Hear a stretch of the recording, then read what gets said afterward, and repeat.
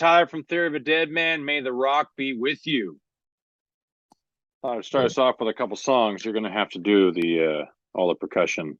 I can do that. Oh, happy whatever day it is for you over there. It's Monday. Tuesday? Tuesday. Yes, Tuesday. Who knows? But more importantly, welcome to May the Rock Be With You, Tyler. It's great to talk to you again. Yeah, dude. I don't know how long it's been. It was before COVID. Yeah, well, it's been about 4 years since we last chatted. There you go. Yeah, let's do a quick catch-up. How have the last 4 years been for you? Not much going on. A lot of sitting around. Yep. Not a lot of touring. But we did make a record. You did? And it's done. It's finished. Well, we'll get to that shortly. But yeah. In the best news, though, you're headed back to Australia, this time with Hailstorm, which is amazing. It'll be your second time down our way. Now, you've got a catalogue that ranges over 7 albums now, soon to be 8. A mix of styles throughout there. How do you go about shaping a set list these days?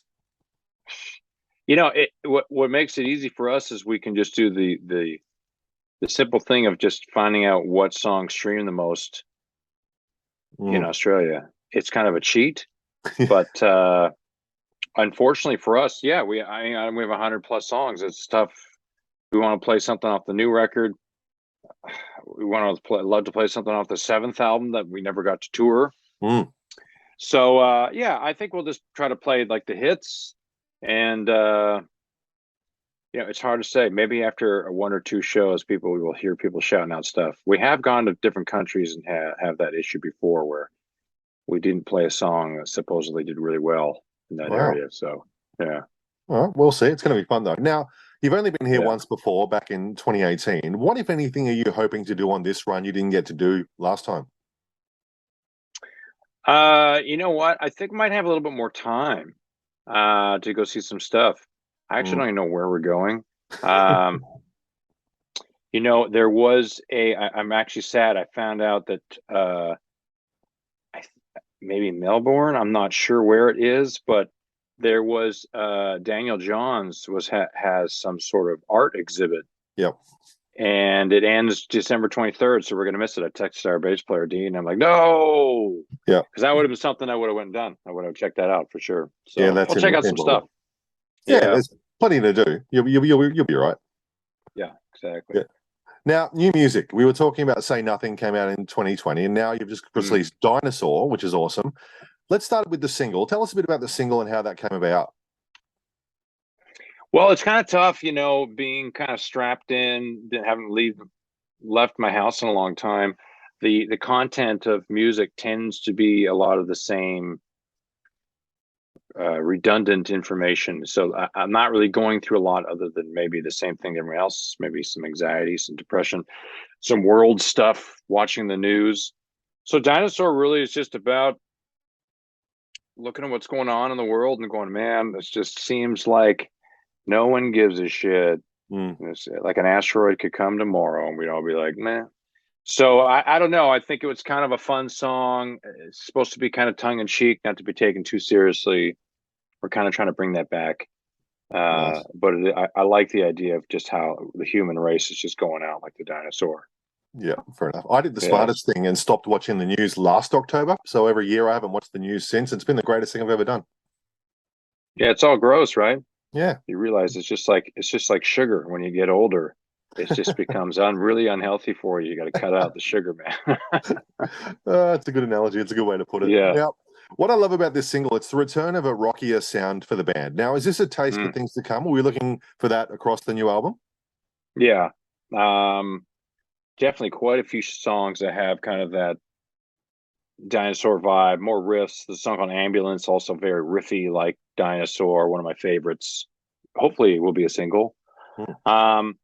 But yeah, just not aggressive, but just I think a return to something more, maybe amalgamation of new stuff and the old Theory kind of Scars and Souvenirs sound back from like 2008. Yeah, very nice. When are we expecting something? You've talked about it's done. Like, what can we expect? So February, I don't know what date, but February they're talking album release. Hmm. So the single's out now. Yep. And then I think they'll do a Grat track, they call it, the label. They just release like a free fun song. I don't know what the song is, but I think it's going to be a song called Two of Us, which is really good. Okay. I think fans are really going to like that one. Cool. Do you want to pick up Um, the guitar and give us a? No, I'm joking. It's all right. it's happened before, and I'm like, no. That's cool. But Exciting. So yeah, February, you're coming here in February, so it'll be perfect timing. yeah, exactly. So it's almost like we could maybe even play two songs off the new record, but we'll see. All right. We'll Excellent. Now, see. Stuff. you talked about the last couple of years. Now, I've been chatting to a lot of artists who have written and released singles and made music during the pandemic. Some really found it therapeutic, some struggled, some thrived. What was your experience with music during those last couple of years? Yeah, I struggled. There was no creativity, and I talked to a producer friend of mine, Howard Benson, and we kind Hmm. of discussed, he was producing bands, but he says he felt the same thing with a lot of bands. Didn't really feel like there was a lot of excitement to make something new because you weren't really sure if you're ever going to be able to go tour it. Touring seems to be the end game for all bands. Like making music is awesome, but you want to be able to play it. Yeah. And if you're like, I don't know how long it's going to last, so what's the point putting out music? So it was weird. There wasn't a lot of creativity, to be honest, until kind of we saw a light at the end of the tunnel. And then all of a sudden, I just, boom, I went to work. Good. I'm glad because some people have almost stopped making music because they just lost it. Yeah, it's been really weird and a struggle for a lot of people. So we feel for them, definitely empathetic for those people. But it is cathartic. It does help, believe it or not. One of those things I always try to push people to get back into. Excellent. Now, on the other side of that, what, if anything, has this whole situation over the last 2 years taught you that you'll now maintain throughout your life and career? It's just like anything else, I guess. If you have a heart attack or something bad happens, you do really kind of have a bit of an awakening. Like, man, I remember I went to the Philippines years ago, kind of backpacking for 2.5 weeks, really poor areas. And it was one of those situations where you kind of went home and you're like, Jesus Christ, like, what have I been doing? Mm. So I kind of felt it was like that. Like, try to be a better person, try to be a nice person, try to enjoy life like legitimately and just get out there and realize how lucky we all are. So I know that's kind of sappy to say, but it is true. It's a really good kind of outlook to have going forward. Yeah, I mean, Sure. right behind you, you got "wake up call" written on the wall. I mean, it's as simple as that, really, isn't it? Yeah, wake up call going in to say nothing. It was definitely a couple of huge messages there for a lot of people. Yeah. What's the new one called? Can you tell us? Do we have a name yet? I think we're calling it a Dinosaur, to be honest. We just like Dinosaur so much. There's something about it. I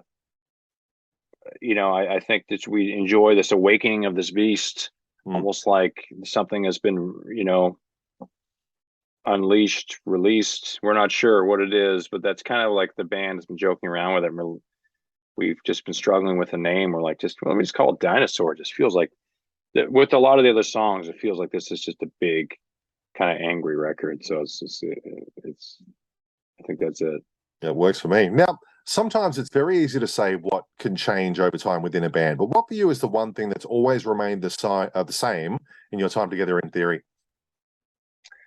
The four of us enjoy playing NHL hockey on the video game on PS4. The whole time. We literally been doing it since 2011. I think we got it, and we play it still to this day. Like we'll be on the tour bus, and one of the necessities is to make sure the PS4 is set up. We have multiple PS4s set up, and all the controllers are charged. And then we just do what we call band meetings. So like Joe will be somewhere, set up his drum, fixing his drums or something, and we'll text and we'll be like band meeting. And then he'll come on the bus and we got our controllers ready. That's It's a awesome. really good. I don't know. It's still, yeah, after all these years, it's almost like a therapy session. That's excellent. I love that. Now, with the Yeah. career now over 2 decades, what's still on your list of things to do that you'd love to achieve that you haven't done yet? Yeah. At this point, it's all places to go. It's Mm. we've kind of like the bucket list of things when you're a kid. You want to hear your song on the radio. You want to play a certain venue, then you want to sell out that venue, then you want to have like a number one. It all kind of it never stops.